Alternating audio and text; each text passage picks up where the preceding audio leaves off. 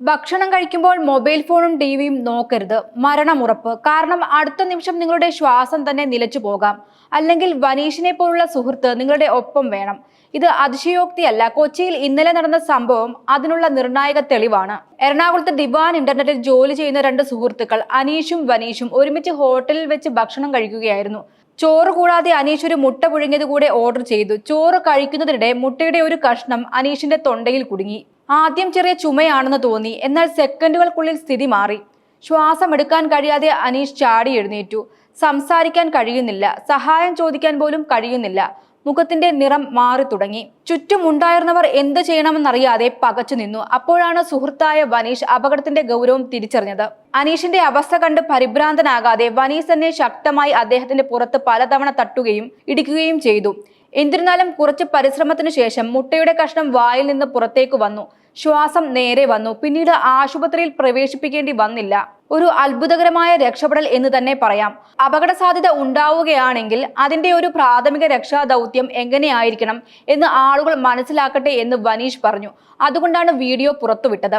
അന്ന് നടന്ന സംഭവം നമ്മൾ ഞായറാഴ്ച ഒരു വർക്കുമായിട്ട് ബന്ധപ്പെട്ട് വയറ്റിൽ പോയിട്ടുണ്ടായിരുന്നു. അപ്പൊ പോയി തിരിച്ചു വരുന്ന വഴി നമ്മൾ ഭക്ഷണം കഴിച്ചിട്ട് പോവാന്നും പറഞ്ഞുകൊണ്ടാണ് നമ്മള് മെഡിക്കൽ ട്രസ്റ്റിന്റെ ഹോസ്പിറ്റലിന്റെ നേരെ ഓപ്പോസിറ്റ് ആയിട്ട് ഒരു ഹോട്ടലുണ്ട്. അപ്പൊ അവിടെ കയറി ഭക്ഷണം കഴിച്ചു കഴിഞ്ഞു. അതിനുശേഷം പിന്നെ ഒരു മുട്ടയും കൂടെ ഓർഡർ ചെയ്തിരുന്നു. അപ്പൊ മുട്ടയുടെ ഒരു ആദ്യത്തെ ഒരു ചെറിയൊരു കടി അടിച്ചപ്പോഴത്തേന് പുള്ളി അത് ഫുള്ളായിട്ട് ഉള്ളിലോട്ട് പോയി. ചോറിന്റെ കൂടെ ആള് മുട്ട കഴിക്കുന്ന കൂട്ടത്തിലാ. പക്ഷെ ഇത് ഫുഡ് കഴിച്ചു കഴിഞ്ഞിട്ടാണ് പിന്നെ ഓർഡർ ചെയ്ത് ആദ്യത്തെ ഒരു പീസ് കഴിച്ചപ്പോ തന്നെ ഉള്ളിലോട്ട് പോയിട്ടുണ്ട്. പക്ഷെ ഈ ഒരു സംഭവം എനിക്ക് മനസ്സിലായിട്ടില്ലായിരുന്നു. അപ്പൊ ഓൾറെഡി തൊണ്ടയിൽ കൈയിടുന്നൊക്കെ ഉണ്ടായിരുന്നു. അപ്പൊ ഞാൻ വിചാരിച്ചു വല്ല കറിവേപ്പില, അപ്പൊ മീൻകറി ഉണ്ടായിരുന്നു. അപ്പം വല്ല മുള്ളോ അരി അങ്ങനെ എന്തെങ്കിലും ആയെന്നാണ് ഞാൻ ആദ്യം വിചാരിച്ചത്. പിന്നീട് ആള് പിന്നെ കൈയിട്ട് ആട്ടുന്നുണ്ടായിരുന്നു. അതായത് എന്നെ വിളിക്കുന്നുണ്ട്, പക്ഷെ ശബ്ദം പുറത്തോട്ട് വരുന്നില്ല പുള്ളിയുടെ. ആ ഒരു സാഹചര്യത്തിൽ റിയാക്ട് ചെയ്യാൻ തോന്നി എന്ന് പറയുമ്പോൾ നമ്മൾ ഈ സോഷ്യൽ മീഡിയയിലൊക്കെ ഇങ്ങനെ ഒരു ഭക്ഷണം തൊണ്ടയിൽ കൊടുക്കുന്നതൊക്കെ കണ്ടിട്ടുണ്ട്. അപ്പൊ ആ ഒരു പെട്ടെന്ന് അങ്ങനെ ഒരു ഇത് വന്നത്. അപ്പൊ പിന്നെ പെട്ടെന്ന് വയറ്റിലോട്ട് അമർത്തി മുതുകത്ത് രണ്ട് തട്ട് തട്ടി ഇതൊക്കെ നമ്മൾ നേരത്തെ ഒരു കണ്ടന്റ് ഒരു അടിസ്ഥാനത്തിലാണ് പെട്ടെന്ന് അങ്ങനെ ചെയ്യാൻ തോന്നി. അദ്ദേഹത്തിന് ഇപ്പൊ തൊണ്ടയിൽ ആ ഒരു ചെറിയൊരു സ്ക്രാച്ച് പോലെ ഉണ്ടെന്ന് പറയുന്നുണ്ട്. ബാക്കി ഇതായിട്ടുള്ള ഹോസ്പിറ്റലിൽ പോയിട്ട് വന്നിട്ടില്ല. അപ്പൊ പുള്ളിയോട് ചോദിച്ചായിരുന്നു ഹോസ്പിറ്റലിൽ പോകണോ വേണ്ടോ ചോദിച്ചിട്ടുണ്ടായിരുന്നു. അപ്പൊ അത് പിന്നെ പോകണ്ടെന്നാണ് പുള്ളി പറഞ്ഞത്. പിന്നെ റെസ്റ്റ് ഒക്കെ എടുത്തപ്പോഴത്തേന് ഏകദേശം കുറച്ച് ചൂടുവെള്ളം കുടിച്ചപ്പോഴത്തേന് ഇപ്പം ഏകദേശം തൊണ്ട ഓക്കെ ആണെന്ന് പറഞ്ഞത്.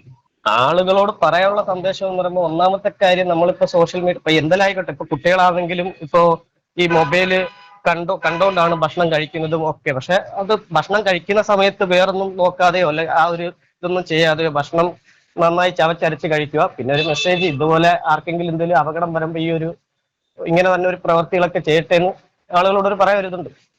സ്വന്തം സുഹൃത്ത് തന്നെ രക്ഷകനായി വന്ന് അനീഷിന്റെ ജീവൻ തിരിച്ചു ലഭിച്ചു. സെക്കൻഡുകളുടെ വ്യത്യാസത്തിൽ ഒരു കുടുംബത്തിന് സംഭവിക്കാമായിരുന്ന ദുരന്തമാണ് ഒഴിവായത്. എന്നാൽ സംഭവം കഴിഞ്ഞ ശേഷം വനീഷ് പറഞ്ഞ ഒരു കാര്യം നമ്മൾ എല്ലാവരും കേൾക്കണം.